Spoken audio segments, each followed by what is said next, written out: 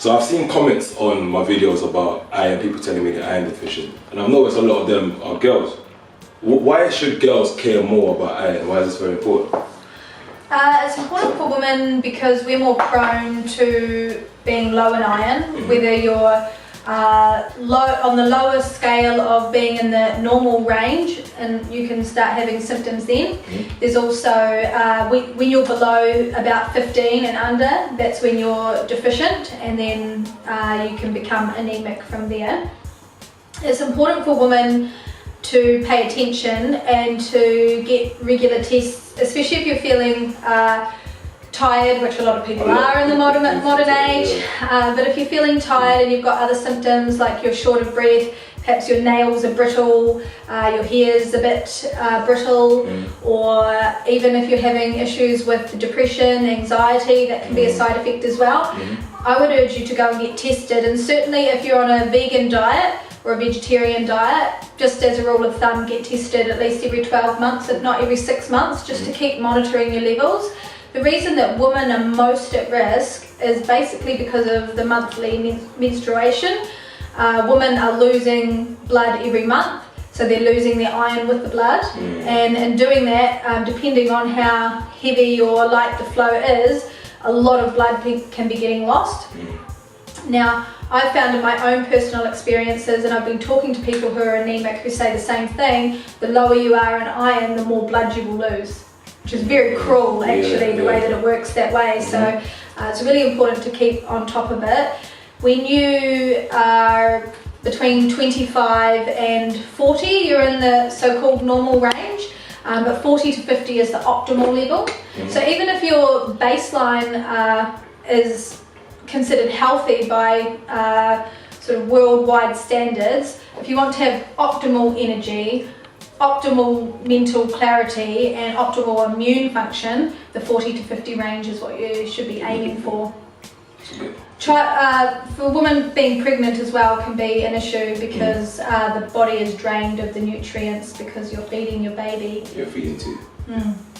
So guys, get tested, that's important. And especially ladies, like, look into iron-rich foods. The foods listed on her website.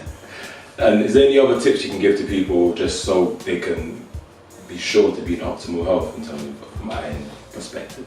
Well, yes, definitely continually monitoring it, and if you are low, I would encourage you to try a supplement. And there can be many different ways why someone would be anemic. Usually it's because they're not getting enough iron-rich foods into their diet, and that can be for many different reasons, or through blood loss. And the other reason is because, for whatever reason, your digestion isn't absorbing the nutrients. So if you've got issues with your stomach, or you might not even be feeling it, you might not have any symptoms, but you're actually eating a lot of iron, but for some reason it's not getting absorbed. So you might need some prebiotics and probiotics to make sure that your gut health is as healthy as it can be to absorb the nutrients. And then starting the day with some lemon and ginger, a shot of lemon and ginger. I try to do that most days on an empty stomach. That gets your digestive fire working and ready to absorb the nutrients. One other way that's probably relevant to your audience is that men and women lose iron through sweat. So when you're working out a lot, especially if you're a high endurance athlete, you're losing iron through sweat, and you need to replenish it even more so. So you can do that with supplements, or you can do that with food, whatever food works for you. Personally, for me, it's a vegan diet. So it's about getting educated on all the different types of foods and the ways of preparing them and cooking them to get the maximum amount of iron. And so I've compiled all of that. I've got some really nice, easy to use charts that have a list of all the foods and the amount that they contain. You can print them off and put them on the fridge, and then next time you go to the supermarket, you'll know exactly what to look out for. Sounds good. Especially with supplements. So you said that not all supplements are created equal. What supplements would you recommend, and why wouldn't you recommend others? That's a good question. So I'm not sure why the medical industry insists on providing iron supplements that really aren't great for most people. I can't really answer that question. Maybe they want something that's really powerful, but the with it being powerful, Yeah. the side effect of that is it's very binding to the stomach. It's like concrete, and pretty much everybody ends up constipated. For some people it might take days, for other people it might take weeks. For me personally, it's been a long time since I've had any of the pills from the Western standard doctor. For that very reason, I would find I would take them, and within a matter of days I'd be constipated. Nobody wants to be constipated, so then I would stop taking them, and then my iron levels would drop down again. So I had to find alternatives, and this took me years to try lots of different kinds to find the right ones for my body, but I swear by Floridix.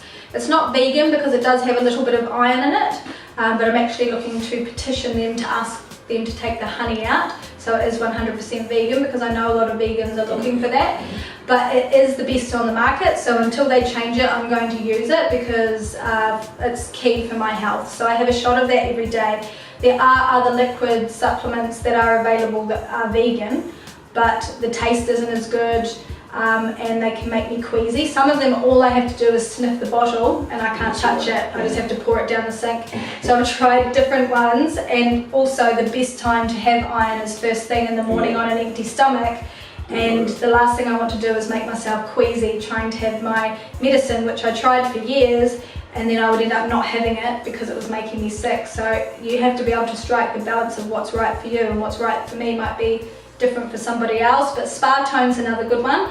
It's very gentle. It's actually safe for children, safe for pregnant women. It's just water that comes up from the ground, and it has lots of iron infused into it already, so that's a really good option.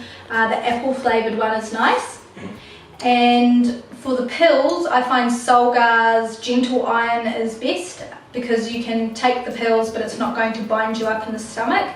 And there's actually another brand called Fusion Health that I'm liking as well, that has a combination of traditional Chinese medicine and blood tonics to help too. But because I'm really interested in iron and I want to make sure that I'm sharing the best types of iron with my audience, any iron product I can find, I buy it and I try it, so I can review it and know what's good about it and know what's not, and they're my go-to. But if there's something new coming out, I'll always try that. There's actually a probiotic strain that's had some interesting research coming out of Sweden that I'm really interested to try, but they don't stock it in the UK at the moment, and I've been trying to email them and get my hands on it. So once I get that, so I'm trying to be on the leading edge of the new products that are coming out, so I know the best ones. Okay. Thank you very much, bro. Thanks. Brilliant.